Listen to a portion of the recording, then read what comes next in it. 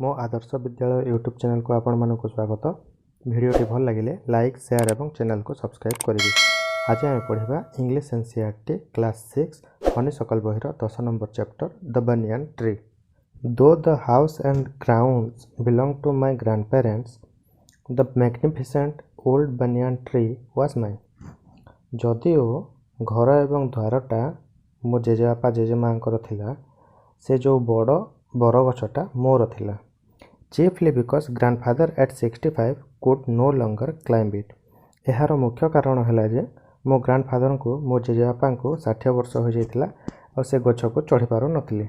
It's spreading branches which hung to the ground and took root again forming a number of twisting passages gave me endless pleasure. आउ यार जो शाखा मैंने थिला ताहा भूईरे छुई होतिला आउ ता द्वारा गछ उपर को जाबा पई बहुत गुड़िया रास्ता हो जाइतिला आउ जहा कि मते आनंद करुतिला। Among them were squirrels and snails and butterflies. आउ सेमानक भितरे थिले गुंडुची मूषा माने, स्नेल्स माने आउ प्रजापति माने। The tree was older than the house, older than grandfather, as old as Dehradun itself. और से गछटा थिला सबुठारु वयस्क, से थिला आम घर ठारू भी पुराणा, से थिला आम जेजेबापा ठारू भी पुराणा, और से हुए तो देहरादून रो सहर ठारू भी पुराणा। I could hide myself in its branches. मु से गछर शाखा प्रशाखा मु निजको लुके दे पारथली। Behind thick green leaves and spy on the world below. और मु से भितरे लुचिकी पूरा सारा दुनिया जाको देखुथली। My first friend was a small grey squirrel. आउ मोर प्रथम सांग थिला गोटे छोट गुंडुची मूषाटीए ग्रे कलर रो। Arching his back and sniffing into the air, he seemed at first to represent my invasion in his privacy. आउ प्रथमे जितेबाला मु ताको देखिली से सुंघिला आउ ताको एमती लागला जेपरि कि मु ता एरिया रे पाद देइछि। But when he found that I did not arm myself with catapult or air gun, he became friendly. And when I started bringing him pieces of cake and biscuit, he grew quite bold and was soon taking morsel from hand. किंतु जेतेबेले से मते देखिला जे मो हाथ रे कोनोसी बाटोली खड़ा बा एयर गन धरिनी, से मो सहित सांग होइगला। आउ जेतेबेले मो ताकू छोट छोट केक बिस्कुट देली, से मो हाथरू नेबा आरंभ करिला। आउ एमती भी दिन आसिला जे बहुत शीघ्र से मो हाथरू निजे निजे नहीं गला। Before long he was delving into my pockets and helping himself to whatever he could find. आउ से मो सहित एमती फ्रेंडली हो जाइतिला जे से निजे निजे मो पॉकेट भीतर को जाए कौन खाद्य अच्छे ताहा खोजवा को लागिला। He was a very young squirrel, से गोटे थिला युवक squirrel T. And his friends and relatives probably thought him foolish and headstrong for trusting a human. आउ बोध हुए तार रिलेटिव माने आउ तार सांग माने कहूथिबे जे ताको से गोटे बोकाटा से मनुष्य मानक सहित सांग होइछि। In the spring when the banyan tree was full of small red figs, birds of all kinds would flock into its branches. आ बसंत ऋतु रे जेतेबेले ए बनियान ट्री रे बहुत गुड़िया रेड फिग माने परिपूर्ण हो जातिला, बरगछर फल मान परिपूर्ण हो जातिला, से समय रे समस्त प्रकार चढ़ी से गछ को उड़ी आसुतिले और ता डाल रे बसुतिले। The red बॉटम्ड Bulbul, cheerful and greedy parrots, myna and crows squabbling with one another. आउ सेठा को आसुतिले रेड कलर रो बुलबुल चढ़ई, आउ ग्रेडी पैरट माने शुआ माने आसुतिले, मैना मध्य आसुतिले, आउ काउ माने मध्य आसुतिले। और से माने निज निज भितरे कौन के जाने तांको शब्द रे कथबार्ता हेउतिले। During the fig season the banyan tree was the noisiest place in the garden. आउ ए स्प्रिंग सीजन रे ए बसंत ऋतु रे गार्डन रे से बरगछ थिला सबुठार कोलाहलपूर्ण स्थान। Half way up the tree I had built a crude platform where I would spend the afternoons when it was not too hot. आउ गछर ऊपर मु गोटे प्लेटफॉर्म टे बनैथिली, गोटे जगह टे बनैथिली मंचा टाइप रो। आउ सेठारे मु दिन बेला सेठारे सोउथिली जदि बेसी खरा हो नथिबो। I could read there propping myself up against the tree with a cushion from the living room. आ मु सेठारे गछरे गोटे कौन कहते तकिया देकी ता ऊपर मु ଆଉଜେ ହୋଇକି ବହୁତ ଗୁଡ଼ିଏ ଜିନିଷ ପଢ଼ୁଥିଲି। Treasure Island, Huckleberry Finn, the story of Doctor Dolittle were some of the books that made up my banyan tree library। ଆଉ ମୁଁ ସେଠାରେ Treasure Island, Huckleberry Finn, the story of Dolittle ବହିମାନ ରଖିକି ସେଠାରେ ମୋର ଲାଇବ୍ରେରୀ ଗୋଟିଏ ବନେଇଥିଲି। When I did not feel like reading, I could look down through the leaves at the world below। ଆଉ ଯେତେବେଳେ ମୋତେ ସେଠାରେ ପଢ଼ିବା ପାଇଁ ଇଚ୍ଛା ଲାଗୁନଥିଲା ସେତେବେଳେ ମୁଁ ଉପରୁ ତଳକୁ ଦେଖୁଥିଲି।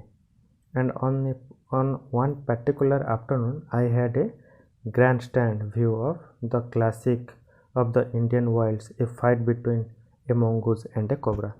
ଆଉ ଗୋଟିଏ ପର୍ଟିକୁଲାର ଗୋଟିଏ ଅପରାହ୍ନରେ ମୁଁ କ'ଣ ଦେଖିଲି? ମୁଁ ଦେଖିଲି ଗୋଟିଏ ମଙ୍ଗୁସ୍ ମାନେ ଗୋଟିଏ ନେଉଳ ମୂଷା ଆଉ ଗୋଟେ କୋବ୍ରା ମାନେ ନାଗ ସାପ ମଧ୍ୟରେ ହେଉଥିବା ଯୁଦ୍ଧଟିଏ ଦେଖିଲି। The warm breeze of approaching summer had sent everyone। ଆଉ ସେ ଯେଉଁ ଗ୍ରୀଷ୍ମ ଋତୁରେ ଖରା ବହୁତ ଉତ୍ତପ୍ତ ହେଉଥିଲା ଆଉ ସେଥିପାଇଁ ସମସ୍ତେ ଭିତରକୁ ଚାଲି ଯାଇଥିଲେ, ଇନକ୍ଲୁଡ଼ିଂ ଦ ଗାର୍ଡେନର ଇଣ୍ଟୁ ଦ ହାଉସ୍। ଆଉ ଆମ ଘରେ ଥିବା ମାଳି ମଧ୍ୟ ସେ ଘର ଭିତରକୁ ପଳାଇ ଯାଇଥିଲା, ଏତେ ଗରମ ହେଉଥିଲା ଯେ। I was feeling drowsy myself, ମୋତେ ଟିକେ ନିଦ୍ରା ଆସୁଥିଲା। Wondering if I should go to the pond and have a swim with Ramu and the buffaloes when I saw a huge black cobra gliding out of a clump of cactus. ଆଉ ମୁଁ ଭାବୁଥିଲି ଯେ ରାମୁ ସହିତ ପୋଖରୀକୁ ଯାଇ ଗାଧାନ୍ତି କି ସେଠାରେ ବୁଫାଲୋ ମାନେ ମଧ୍ୟ ଗାଧୋଉଥିଲେ। ଆଉ ସେହି ସମୟରେ ମୁଁ ଗୋଟିଏ ବଡ଼ ବ୍ଲାକ୍ କୋବ୍ରାଟିଏ କଳା ନାଗଟିଏ ଦେଖିଲି ଯିଏକି କ୍ୟାକ୍ଟସ୍ ମାନଙ୍କ ଗଛ ଭିତରୁ ଆସୁଥିଲା। At the same time a mongoose emerged from the bushes and went straight for the cobra। ଆଉ ସେହି ସମୟରେ ଗୋଟେ ବୁଦାରୁ ଗୋଟେ ନେଉଳ ମୂଷାଟିଏ ବାହାରିଲା ଆଉ ସେ ସିଧା କୋବ୍ରା ପାଖକୁ ଯାଇ ପହଞ୍ଚିଲା। In a clearing beneath the banyan tree in bright sunshine they came face to face। ଆଉ ଗୋଟିଏ ଖୋଲା ଜାଗାରେ ସୂର୍ଯ୍ୟ କିରଣରେ ସେମାନେ ଫେସ୍ ଟୁ ଫେସ୍ ହେଲେ, ମୁହାଁମୁହିଁ ହେଲେ। The cobra knew only too well that the grey mongoose 3 feet long was a super fighter, clever and aggressive।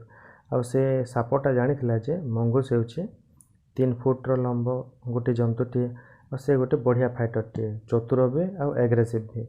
But the cobra too was a skillful and experienced fighter। କିନ୍ତୁ cobra ବି ଥିଲା ଗୋଟିଏ ଦକ୍ଷ ଆଉ ଗୋଟିଏ ଅନୁଭୂତିପୂର୍ଣ୍ଣ ଫାଇଟରଟିଏ। He could move swiftly and strike with the speed of light। ଆଉ ସେ ମଧ୍ୟ ଆରାମସେ ଲାଇଟ୍ର ସ୍ପିଡ଼ରେ ମାନେ ଆଲୋକର ଗତିରେ ସେ ଫାଇଟ୍ କରିପାରୁଥିଲା।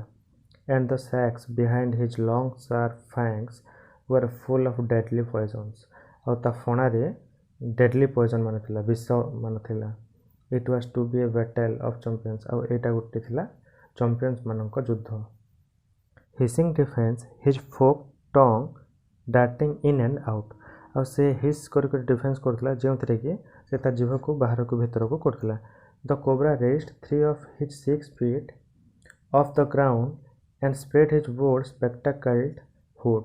ଆଉ ସେ ତା ଶରୀର ଥିଲା 6 ଫୁଟର କିନ୍ତୁ ସେ 3 ଫୁଟ ଭୂଇଁରୁ ଉପରକୁ ଉଠିଗଲା ଆଉ ତା ଫଣା ଟେକିଲା। The mongoose bushed his tail। ସେ ମଙ୍ଗୁସଟା ତା ଲାଞ୍ଜକୁ ଗହଳିଆ କରିଦେଲା। The long hair on his spine stood up। ଆଉ ତା ପିଠିରେ ଥିବା ଲମ୍ବା ଲମ୍ବା ବାଳ ସବୁ ଠିଆ ହୋଇଗଲା। Though the combatants were unaware of my presence in the tree, they were soon made aware of the arrival of 2 other spectators। One was Maina, the other a jungle crow। ସେ 2 ଯୋଦ୍ଧା ନେଉଳମୂଷା ଏବଂ ସାପ ମୋର ପ୍ରେଜେନ୍ସଟା ଜାଣିପାରି ନଥିଲେ, ମୁଁ ଗଛରେ ଅଛି ବୋଲିକରି ଜାଣିନଥିଲେ, କିନ୍ତୁ ସେମାନେ ବହୁତ ଜଲ୍ଦି ଅନ୍ୟ 2ଟି ଦର୍ଶକଙ୍କୁ ଜାଣିବାକୁ ପାଇଥିଲେ। ସେମାନଙ୍କ ଭିତରୁ ଗୋଟିଏ ହେଉଛି ମଇନା ଆଉ ଗୋଟିଏ ହେଉଛି ଜଙ୍ଗଲି କାଉ। They had seen this preparation for battle and had settled on the cactus to watch the outcome।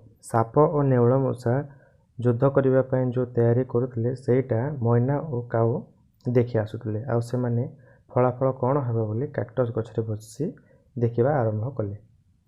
Had they been content only to watch, all would have been well with both of them।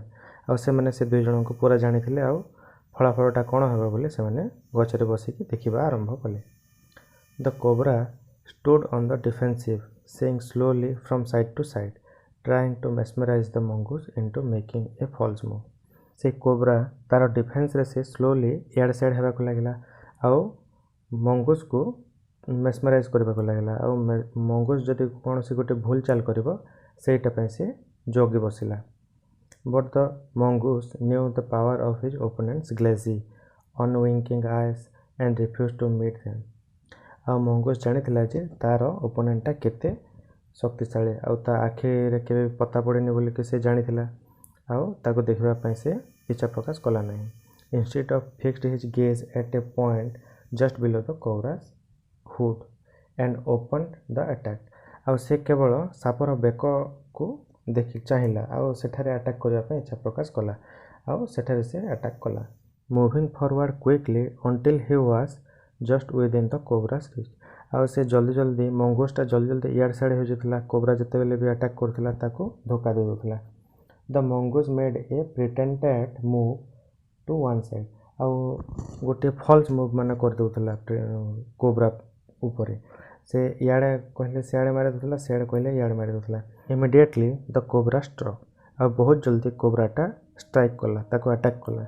His great hood came down so swiftly that I thought nothing could save the mongoose. आउ से एपरी भाव में mongoose को attack करथिला जे मत लागला जे एबे मंगूसटा मरि जिवो केही मत ताको बंचाई पारिबे नहीं। But the little fellow jumped neatly to one side किंतु से छोट नेउळ मूषाटा आराम से गोटे पट को डेई पड़िला and darted in as swiftly as cobra आउ कोब्रा पर से मध्य आराम से डार्ट करके पड़िला biting the snake on the back and darting away again out of reach. आउ से थरे जाए सापर पिठी रे कामुड़ी दिए आउ पुणी अन्य पट को पड़े जाए। At the same moment that the cobra struck the crow and the myna hurled themselves at him only to collide heavily in mid air. आउ जो समय कोब्राटा अटैक कला से समय काउ आउ मैना से माने दुहे मध्य उड़ी गले आउ से समय से माने दुहे कोलाइड करिगले माने पिटापिटी हो गले आउ तले पड़ीगले। Shrieking insults at each other, they returned to the cactus plants. से माने दुहे दुहीं को देखा तो कहले दुहीं को लाज लागिला और से माने पुणी कैक्टस प्लांट को जाए बसी पड़िले। A few drops of blood glistened on the cobra's back. आउ किछि बुंदा रक्तटा कोब्रा रो पछपटु बाहरिबा आरंभ कर दिथिला। The cobra struck and missed. Cobra attack कला और मिस कला। Again the mongoose sprang aside, jumped in and bit. आउ मंगूसटा डेई के ताको भुआ बुले देउथिला। Again the birds dived at the snake पुणी थरे से दुही चढ़े स्नेक ऊपर को डेई पड़िले bumped into each other instead and return streaking to the safety of the cactus. आ से माने किछि कर पार नथिले पुणी थरे से माने कैक्टस गछ को आसी बसी पड़िथिले।